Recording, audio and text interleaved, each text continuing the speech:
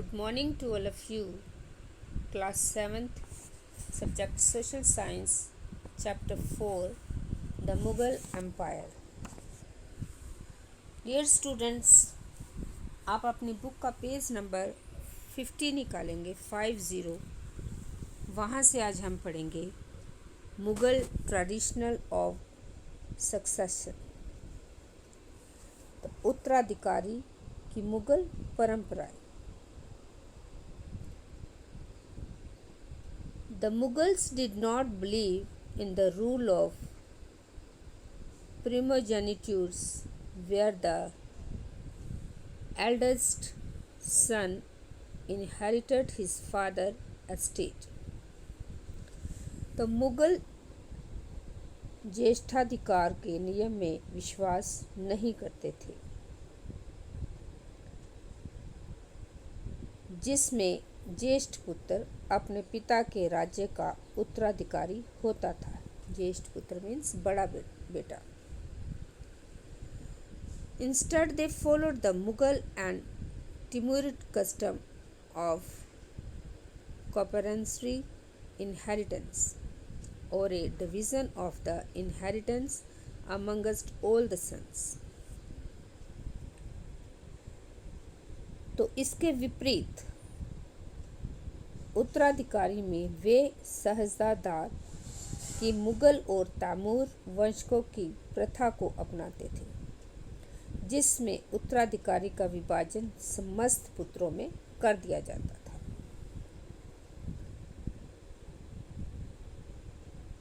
Follow the highlighted passage in table 1 and note the evidence for rebellions by Mughal princes. Which do you think a fairer division of inheritance, primogenitures or coopernary? तो तालिका 1 में दिए गए रंगीन उपकरणों को पढ़िए। जो टेबल 1 में रंगीन कलर वाले उपकरण हैं उनको आप पढ़ेंगे और मुग़ल राजकुमारों के विद्रोह से जुड़े प्रमाणों पर गौर कीजिए। आपके अनुसार उत्तराधिकारी का कौन सा तरीका सही था? इधर 2 तरीके बताए हैं, एक बताया है ज्येष्ठाधिकार और दूसरा बताया है सहदायाद। तो आपके अनुसार कौन सा सही है, आपने उसको देखना है। अब नीचे है Mughal relation with other rulers, कि मुग़लों के अन्य शासकों के साथ संबंध। Take a look at table 1 once again. एक बार फिर से आप जो आपकी बुक में टेबल दिया गया है उसको देखोगे। You will notice that the Mughal rulers campaigned constantly against rulers who refused to accept their authority. आप पाएंगे कि मुग़लों ने उन शासकों के विरुद्ध लगातार अभियान किए जिन्होंने उनकी सत्ता को स्वीकार करने से इनकार कर दिया। But as the Mughals became powerful, many other rulers also joined them voluntarily. जब मुग़ल शक्तिशाली हो गए तो अन्य कई शासकों ने स्वेच्छा से उनकी सत्ता स्वीकार कर ली। The Rajputs are a good example of this. Many of them married their daughters into Mughal families and received high positions, but many resisted as well.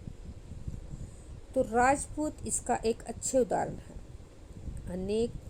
अनेकों ने मुग़ल घराने में अपनी पुत्रियों के विवाह करके उच्च पद प्राप्त किए, परंतु कईयों ने विरोध भी किया। The Sisodia Rajputs of Mewar refused to accept Mughal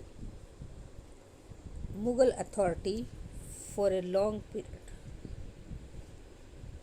Once defeated, however, they were honorably treated by the Mughals, given their lands. The careful balance between defeating but not humiliating their opponents enabled the Mughals to extend their influence over many kings and chieftains. But it was difficult to keep this balance all the time. Look at table 1 again. Note that Aurangzeb insulted Shivaji when he came to accept Mughal authority. What was the consequence of this insult? तो मेवाड़ के सिसोदिया राजपूत लंबे समय तक मुगलों की सत्ता को स्वीकार करने से इनकार करते रहे, परंतु जब वह हारे तो मुगलों ने उनके साथ सम्मानीय व्यवहार किया और उन्हें उनकी जागीरें वतन जागीर के रूप में वापस कर दी। पराजित करने परंतु अपमानित न करने के बीच सावधानी से बनाए गए संतुलन की वजह से मुगल भारत के अनेक शासकों और सरदारों पर अपना प्रभाव बढ़ा पाए, परंतु इस संतुलन को हमेशा बरकरार रखना कठिन था।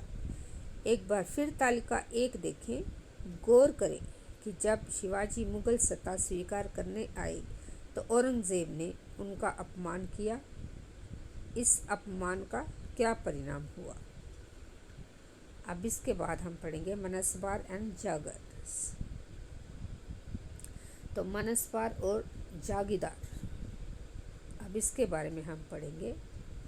As the empire expanded to encompass different regions, the Mughals recruited diverse bodies of people from a small nucleus of Turkish nobles.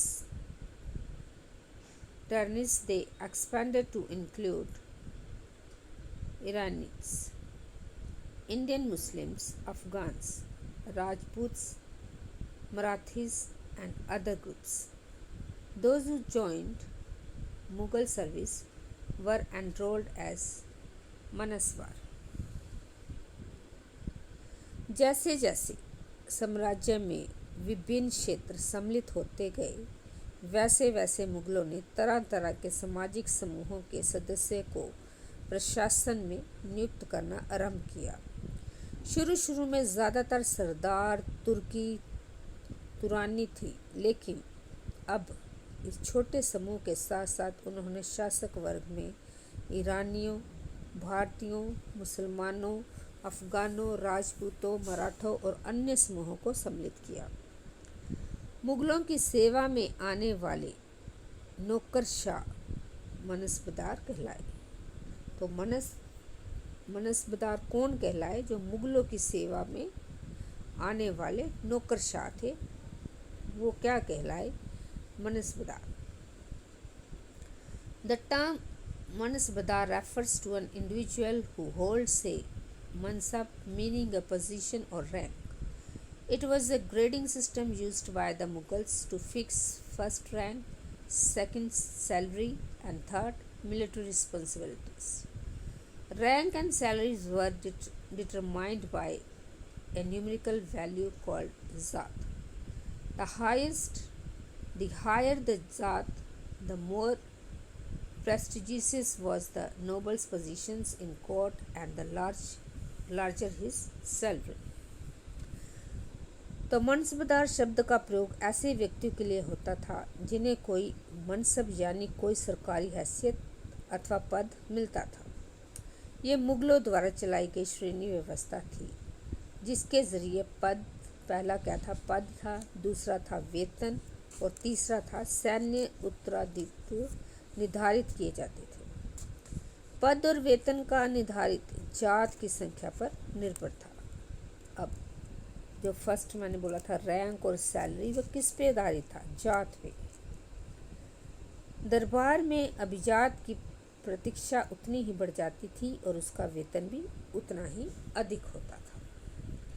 तो डियर स्टूडेंट्स, आज जितना आपने पढ़ा है उतना आप घर में पढ़ोगे और डिफ़िकल्ट वर्ड्स को लिखोगे और आप ये भी बताओगे कि मनसबर क्या है और जायगर क्या है।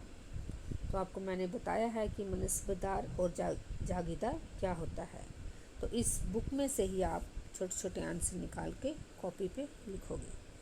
Thank you and have a nice day.